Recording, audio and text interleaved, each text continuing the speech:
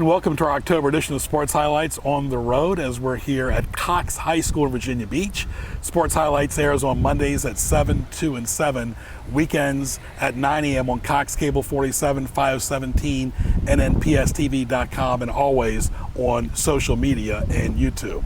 Well, folks, it's a pleasure to talk to former LSU, former Steeler, former Jet, and former Cardinal Alan Faneca, who's also in the 2021 Pro Football Hall of Fame as the head coach of Cox High School. Good to see you. God, thanks for having me. Boy, it started off when you were a young kid in Louisiana, and it evolved from there. Just kept growing. It just kept growing, and was blessed along the way. And this great journey that I got up and spoke about, got the chance to speak about at the Hall of Fame, just amazing. We'll talk about some of that journey early on in high school. Who was your big motivator, and who influenced you the most when you were young?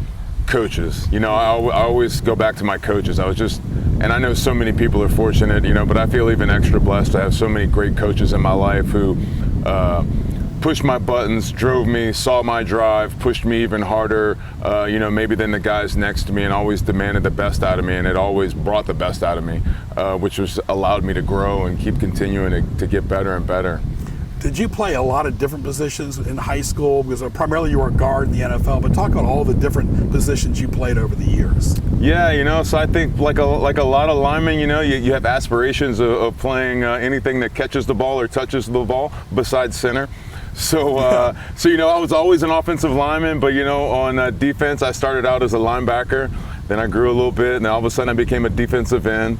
And then I grew a little bit more, and all of a sudden I slid into a defensive tackle and stayed there for the rest of my my high school days. So that was kind of my progression as I grew. And then when I got to high school, we went, depending if we were a 3-down or a 4-down team, that's where I would play that week. So I would play guard some weeks, and then I would play tackle some weeks, depending on whatever defense it was. And I generally would only play defense in the big games that they needed me to go both ways. We heard how big high school football is in Texas, the Friday night lights. How was it in Louisiana? Oh, it was great, man. It was great. Very competitive. Went to a great school with a good tradition down there called John Curtis. You might see them on ESPN playing games every once in a while. So really gave me a great start into football. But I tell you what, man, when I moved between 8th grade and 9th grade, moved to just outside of Houston, it's a whole nother world in Texas. I mean, it's a whole nother world. Yeah. I go from playing 8th grade ball to playing some junior varsity games, occasionally going to get some playing time with the JV guys, to I move over there as a freshman in high school. There's 2 9th grade teams, there's a sophomore team, there's a JV team, and there's a varsity team. I didn't play varsity till I was a junior in high school. Wow. You got to pay your dues, and there's just lots of people in front of you. Yeah, and of course, some of those guys that you paid your dues with, you saw them in the Southeastern Conference in the NFL, correct? Correct, yeah. So many guys went on to do good things in life, and, blessed for my teammates just as much as the coaches. Very good. We're talking to Alan Faneca right here. He's the head football coach at Cox High School in the Pro Football Hall of Fame 2021. Of course, we've interviewed another one from Virginia Beach, Bruce Smith, who's also in the Hall of Fame, but not many from this area for sure. Lee Corso, of course, we interviewed him a long time ago, and they asked him this past recently in September, how tough is it to play at Penn State during the whiteout? He goes, what are you talking about? There's nothing like Saturday night at LSU. And to watch those games, even when Coach DiNardo was coaching, they were events. Oh, man, they were just humongous. The fans, they start coming in on Friday nights, the parking lots. As a student, you can't even park in the parking lots that are used on Saturday on Friday. They're just shut down because at 12 o'clock they start letting the RVs roll in and start parking and setting it up. So, the night games, the fans are just rabid, and they know it. They know their reputation now, so they're bringing it even more. So it is something special. And before we start talking about the NFL, when you saw LSU, you were playing under Coach DiNardo, who also coached at Indiana too. Then you saw Coach Saban came in, and then of course LSU won the championship with Burrow a few years ago. How has LSU evolved since you've left? A lot of the guys that I played with, we got, back then they called it bringing back the magic. We had a couple rough years at LSU, and we were trying to turn it around, and we feel like we helped start and spur where they are now. But it's just great to watch. I got a chance to go back and catch 2 games, and especially the championship game was the second one that year when we won the national title just a couple years ago. So just truly special to watch them and see where they've grown and come. And I've got about 4 or 5 guys I played with that their kids are playing on the team now. Wow. So it's come full circle where our kids are on the team playing and doing the same things we were doing when we all met. In the next segment, we're going to talk primarily about the NFL and the Hall of Fame as well. When you see one thing about high school, it's related to the NFL too, is the NFL training camps is nothing like it. Just seeing the relief on your face right now that I'm free, I don't have, other than coaching, we're pretty well set here. How much of a peace of mind is that for you at this stage in your life that you're here in your wife's hometown and you can pretty much just be Alan Faneca, coach football, and go about your business? It's nice, and when I was deciding to retire, it's a hard thing. It took me longer for me to decide that it was okay for me to walk away from the game, and then I decided to retire. Then it took me to decide to retire. But it was family, time with the family, enjoying life. The grind of football, it's not only the 13 years I played, but, those 4 years at LSU, everything before that, it just starts compounding. And, there hits a point where you're like, I'm good, and I'm just going to step away. And, I get asked a lot, do you miss it? And, of course, I miss big games. I miss playoffs. Super Bowl, I start getting the itch. But do I miss training camp? Do I miss the grind of coaches wearing me down on hot days, 2-a-days? I don't miss any of that. But you do implement some of that during practice and games, what you've learned at LSU and the NFL to your players here at Cox. They probably get valuable information, experience just for having you around. Definitely, I try to use what I learned along the way. I try to use techniques, try to push the buttons just like coaches push my buttons as well. And you try to bring the best out of them. You try and do it out here on the practice fields. So when we come out here on Friday night, you get the best out of them, and it's a good time for everybody. How did you pick your staff? This is your first year. I got a lot of guys from last year that stayed on, and just interviewed a couple new guys, and back and forth, and it seemed like a good fit, and it just worked out. It's been really great so far. Very good. How do you spend your days? Pretty much, are you just the football coach and a dad? Is that pretty much now after retirement? I do a lot of different things. They keep me busy, a little this, a little of that. But Dad comes first, and then about 1 o'clock, I start gearing up, and I'm heading up here to Cox to get ready. That's great. All right, we'll come back with our second segment with Alan Faneca, talk a lot more in depth about the NFL, the Pro Football Hall of Fame, and a lot more on the October edition of Sports Highlights.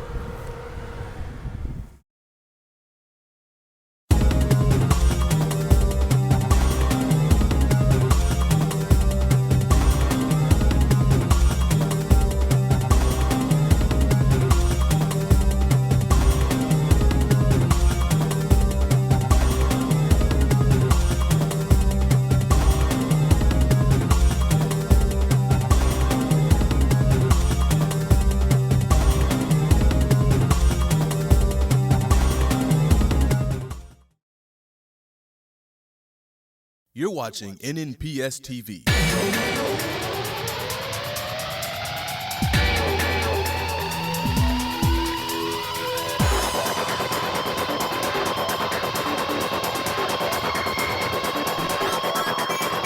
Catch sports highlights on Mondays at 7, 2, and 7, and on Saturdays and Sundays at 9 a.m. Visit us online at nnpstv.com to view all your favorite episodes. NNPS TV, watching education happen.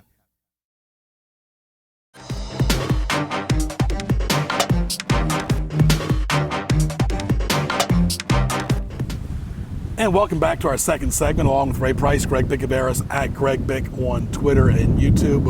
Alan, are you big into social media? Oh, a little bit. I dabble. Yeah, okay. If you ever want to plug anything, feel free to. All right, let's talk about the meat and potatoes. Steelers playing for Coach Cowher, being in that system, playing. There was such a storied franchise. How was that? Oh man, it was a true blessing. When you look back on it, to get drafted by them, to my skill set matched up with their mentality and what they like to do, and you know, who knows how my career would have turned out. You know, you go to a pass-heavy team, and, you know, all of a sudden I go to the St. Louis Rams at the time, and, you know, all of a sudden maybe I'm not walking into Canton like I did this past year. Who knows? But, you know, it's just a blessing. Well, somebody that's going to join you in Canton will be your former quarterback, Ben Roethlisberger. I mean, it's amazing to see him, maybe not like he once was, but to still be playing in the NFL at that level. I know Tommy Maddox also played with you as well. Yeah, you know, Cordell Stewart, you know, we always had a really good tradition of ball players coming through, and really great teams, putting teams together to play team ball and complementary ball. And, you know, we had many great running games going when I was there, but, you know, no one was a bigger fan than our defense, which was usually a top 3 defense, but they were on the sidelines cheering us on, because the longer we stayed out there grinding it out, the less time they had to go out on the field, and the more time they could just pin their ears back and get after the quarterback. And you talk about the Steelers, such tradition. The uniforms are the same, the consistency, the ownership. You know, what was it about that when you felt your presence there with the Steelers? It was always consistent, and you were always welcome the minute you walked in. It's a very family-run organization. Yeah. I mean, from the top down, it's family. And the types of guys that they bring in, I've never gotten an answer out of any of them, but I've probed them a little bit. You know, we're all so similar. You know, we all come from, you know, California, Florida, Louisiana, you know, Chicago, wherever. You know, we're coming from all over the country, and the types of people that they're looking for, we're all kind of the same mold, even though we're coming from different areas and different sides of town. The same things drive us. And when we get in there in the locker room, you know, we're tight, we're buddies, the bonds are there. And that was created before I got there, and it's still going on today. When I go back to see it, it's still there. And that's not saying, you know, everybody's got tight bonds on other teams, but people always want to know what's special in Pittsburgh. You know, how come they're always so consistent? And that's kind of my answer, is because when you have really good people and a good team in the locker room, you know, that takes an 8-win team, and you get 10 wins that year. Right. You go from 10 to 12, you go from 14 to 16. You know, it just builds. You know, it gives you a couple a year. Those tight games, that's what you lean back on. That bond, that faith and trust in each other, and that's what gets you over the hump in those tight games and gets you 1 or 2 more games. And that's, you know, 1 or 2 more games is, you know, how many teams finish 1 or 2 games out of the playoffs? Every year. Every year. And now there's 17 games. Is that too many, Alan? That's too many for me. Yeah. I'm glad I'm out before that. I mean, before your time, it was 14. Then they went to 16. Now it's 17. But it's not only the Steelers alumni. The radio people are the same. Everything is just so consistent there. And I think on your Super Bowl team, the Steelers that year that won it under Cowher were a wild card team. Yeah, we were a wild card team. You know, we had to win, I believe, the last 6 games just to make the playoffs. So our playoffs began 6 weeks, a month and a half earlier. And Coach Cowher just did a great job of just putting that singular focus on us, and that's one of the greatest things I think he did as a coach.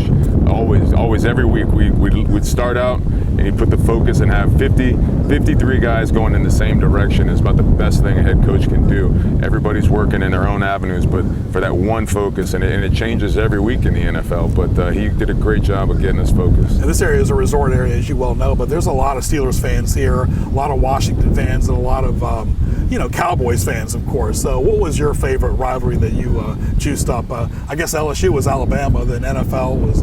Well, you know, it was really Auburn when I was there, but now it definitely is Alabama.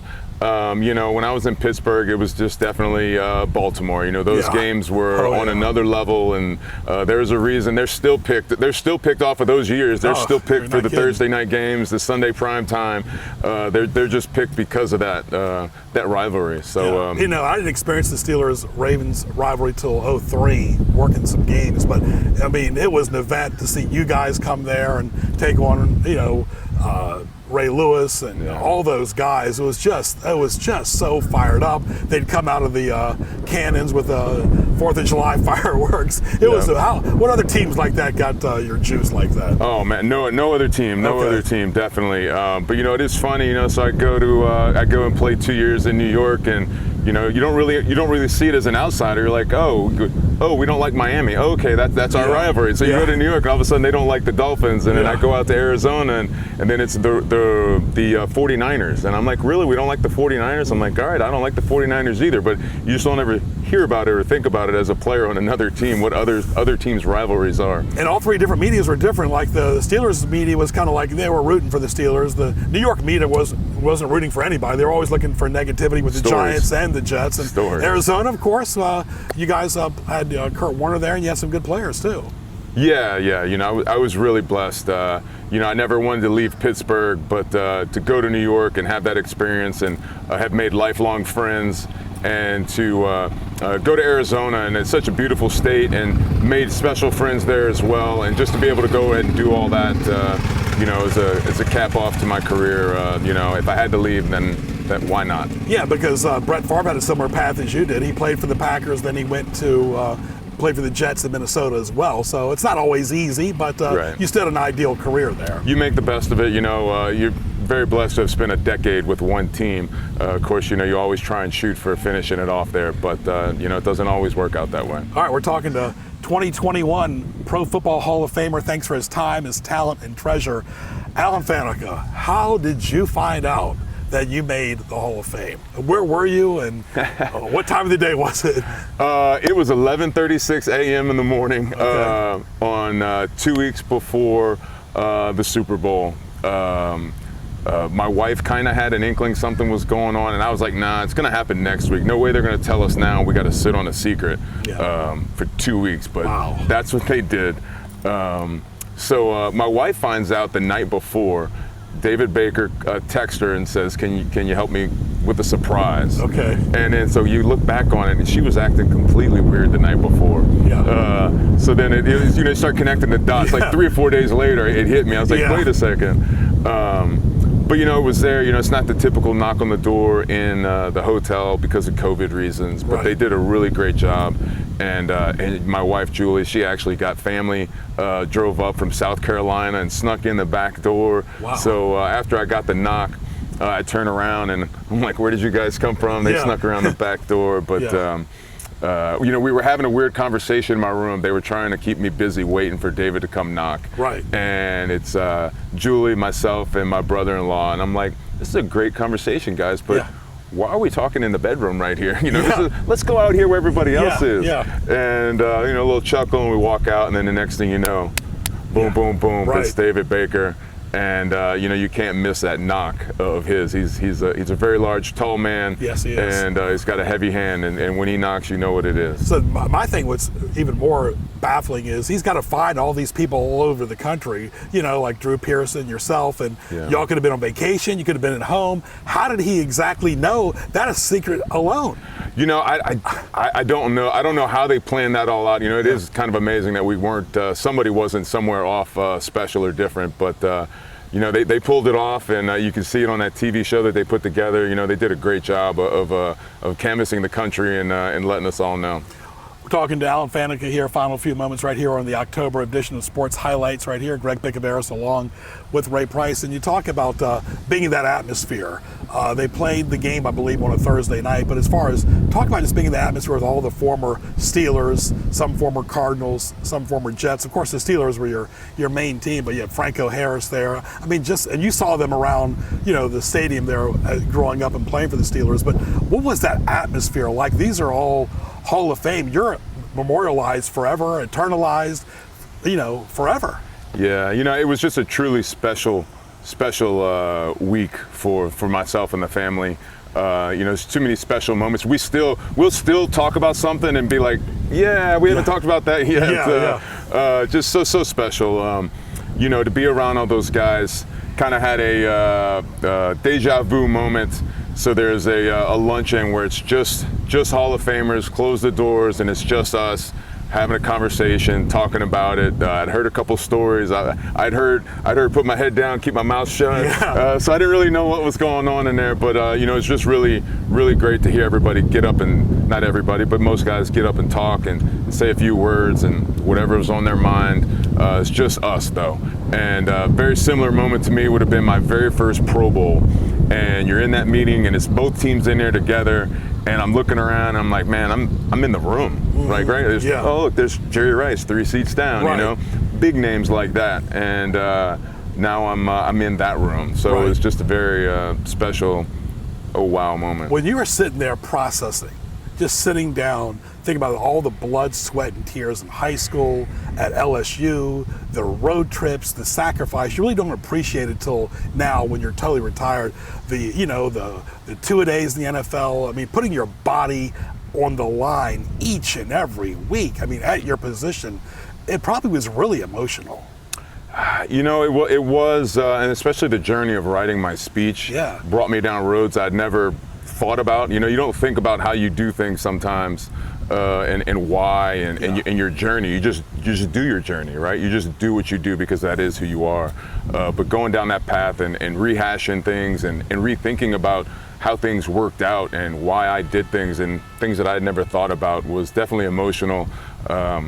Got a chance to reach out to people, and really this is the best thing about the whole journey is, you know, sometimes in life we don't get a chance to pause and say I love you, thank you, I appreciate you, and got a chance to do that for so many coaches and players and family members, and just to pause and like, I got your attention right now, thank you, you are a huge part of this. Like, that was probably the most special thing about the whole thing. Yeah, just process, and you know, your time is talent is treasure, and playing against all those players all those years, it just hits you all at once. And what was the part of the speech that really drove home for you?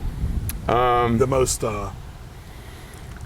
you know, I wanted to make my stance about how epilepsy doesn't define me. I thought it was such a huge stage not to speak about my epilepsy, and to at least reach one person out there and give them hope was really something I couldn't leave behind a chance to do. Second, talking about my family and my teammates right there, that was very special for me. And you know, I'd had my moments and told people, but to be up there on stage, and I definitely got a lot of responses that I got people choked up, and I was ringing them up that night. I was like, I got another one. I did my job then. All right, we're now in this chapter at Cox High School.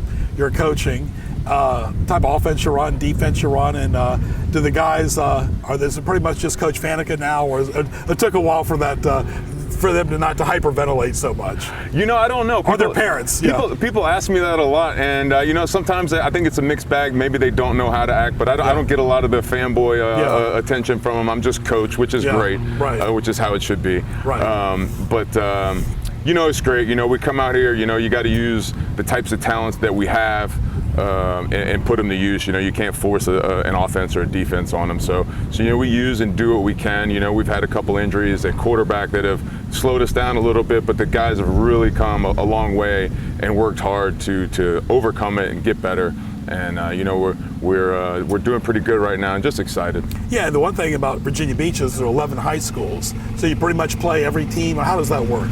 Yeah. You know, it's exciting to you know, to play the teams in the beach and get around, especially after last year's shortened season. You know, to play some teams we haven't played in a while. So just really looking forward to it. Yeah, and final few moments. What advice would you give to a kid that wants to play football for the first time? Because football is not just physical, it's a lot emotional and mental, and you know about epilepsy and everything, that a kid's self-confidence and self-esteem is very important. So many life lessons are learned through football, and that's the greatest thing. You know, we're out here trying to win games, but it's the life lessons that we learn out on the practice field and out on here on Friday nights and everywhere in between, that we learn and we grow and we help mold these young boys into young men.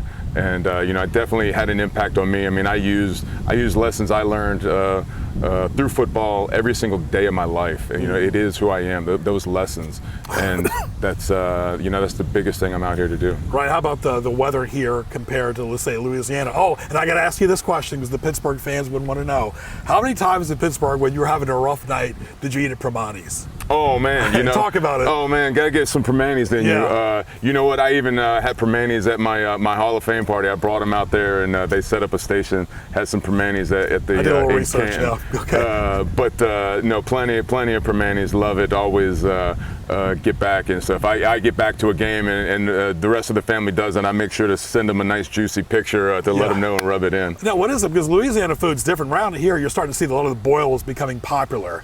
You grew up with that. You've seen that your entire life. Yeah. But what is it about Primanti's? Is it the fries on the sandwich? What is? Tell us, somebody who's never experienced it. You know, well, it's a regular sandwich on some soft. I would call it French bread. That's a Louisiana, New Orleans thing. and it's got the coleslaw and the fries and everything else you like on a sandwich. I mean, it's just it's a plate on a sandwich, and you're ready to go. All right, indulge us for a minute. Speaking of food, because I'm a big foodie, and we've already talked about some restaurants here. Some of the meals that you saw some of the fellow offensive linemen and defensive linemen put away.